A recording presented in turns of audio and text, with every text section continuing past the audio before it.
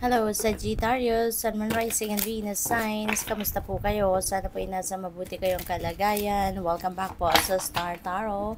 And kung bago po kayo dito, welcome din po kayo. And please subscribe, like, share my videos po, and leave me a comment kung nakaresonate po kayo. Thank you.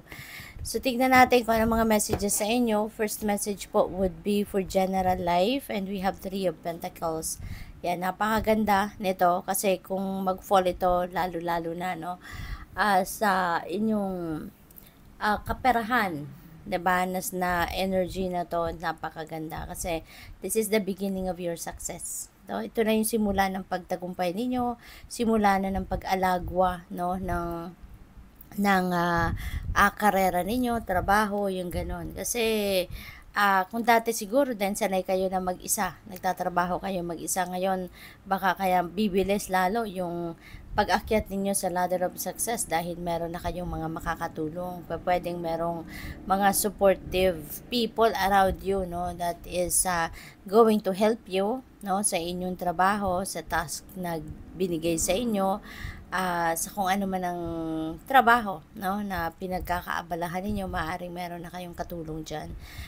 Maaari din na meron ditong mga ang tawag dito, maaaring merong makikipag-collaborate din sa inyo.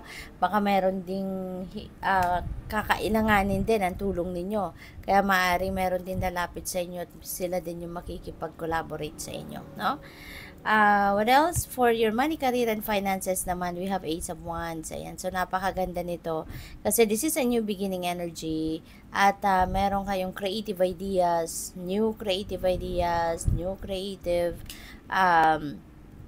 solutions din sa mga problema ninyo pang kaperahan, problema ninyo pang trabaho, career, or negosyo. You know, makakaano kayo ngayon, makakapag-isip kayo ng maganda, ng mabuti, at masusolusyonan kung ano man ang inyong mga problema, no? You are using the strategy of going outside the box.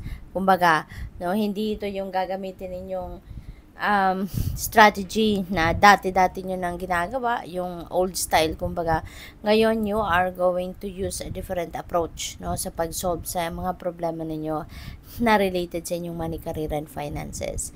And yun nga, there could be also new opportunities na pwedeng dumating sa inyo rito, na pwedeng bagong pagkaperahan, no? Baka merong magbubukas na bagong money path sa inyo, pwedeng merong bagong trabaho, bagong career, bagong negosyo na papasukin ng iba sa inyo sa ngayon, no? And it might also involve travel, you know, yung mga bagay na to, mga sisimulan ninyong bagong kaganapan.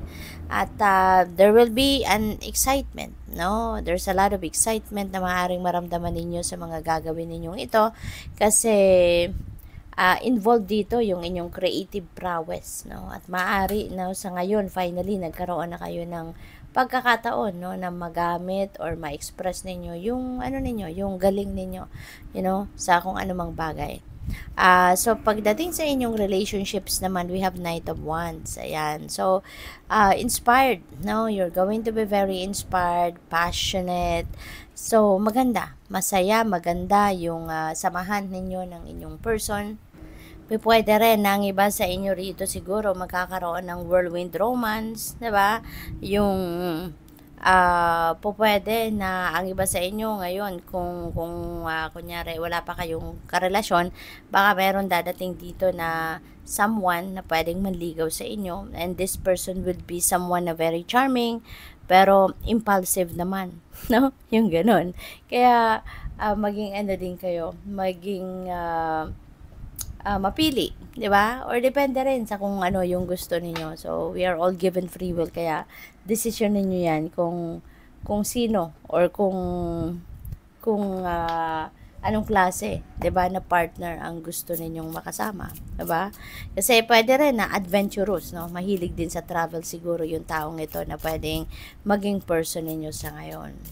So, kuha tayo ng clarifiers, no, Sagittarius, and before I get, no, those cards, I would like to say thank you sa lahat ng suporta ninyo sa aking channel, sa mga nakapag-subscribe na, maraming salamat. And if you haven't subscribed yet, mag-subscribe na po kayo, like and share my videos. Thank you. At Also, maraming salamat sa mga hindi nag-skip ng ads, pati na rin sa mga nagsisend ng ng donasyon through Super Thanks. Maraming salamat po for sharing your blessings with me.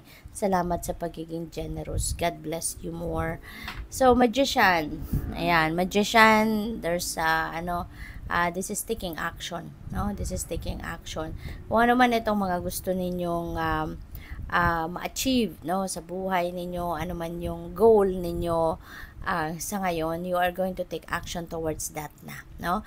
Maaari sa ngayon, talagang magsisipag na kayo, you're going to get on your feet and take action kasi nandito na yung mga tulong na maaaring kailangan ninyo or tulong na hinahanap ninyo or hinahangad ninyo in the past. Kaya siguro kayo, in the past, hindi ninyo magawa, no? Hindi kayo makapag-take action dahil maaring nasasabi ninyo na kulang pa yung support, wala pa kayong resources, or wala pa kayong mga tao makakatulong. But now, with the Three of Pentacles, diba, people that can help you will be aligned to you na, to your path, no?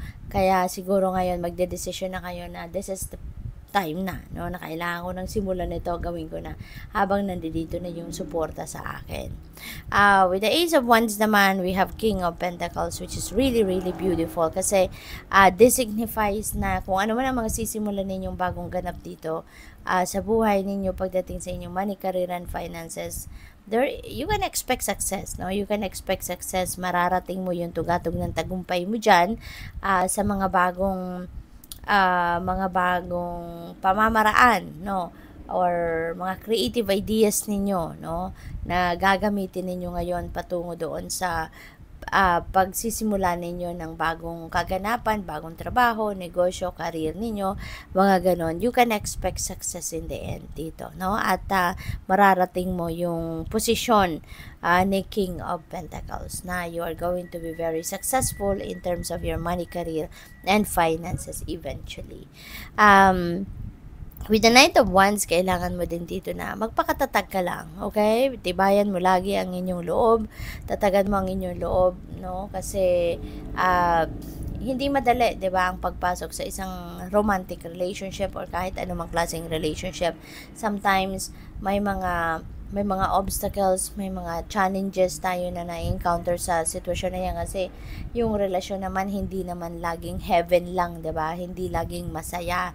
Minsan dumadating din sa atin yung mabigat, no, masama na mabigat na sitwasyon, nasasaktan tayo, yung gano'n. Kaya lagi lang ninyong baunin sa sarili ninyo yung inyong lakas na loob, yung tibay ng dibdib ninyo. Kasi yung mga obstacles na yan, yung mga challenges na yan, wala namang pinipiling lugar, hindi ba? Kaya dapat lagi lang kayong malakas ang loob, lagi lang kayong matatag, no? Para kahit anumang storm sa buhay ang ma-encounter ninyo along the journey, lagi kayong handa, diba? Lagi ninyong alam kung paano ninyo ito i-navigate. So, yung final message ninyo is friendship. Ayan, fairies and humans alike need friends. Now is the time to seek out those who will support and encourage you in your journey to fulfill your dreams. Ayan, so siguro ngayon ninyo din mapapansin, or ngayon ninyo manonotice kung sino yung mga kaibigan na totoo ninyong kaibigan at sino yung mga mapagkakatiwalaan at hindi, no? Kaya ngayon siguro, siguro ma-figure out ninyo kung sino dito yung dapat na ikip ninyo sa buhay ninyo bilang mga kaibigan at sino yung dapat tatanggalin mo na lang kasi hindi naman ito nagdudulot na magandang epekto sa buhay ninyo. So, good luck po. Thank you for watching. Love and light. Namaste.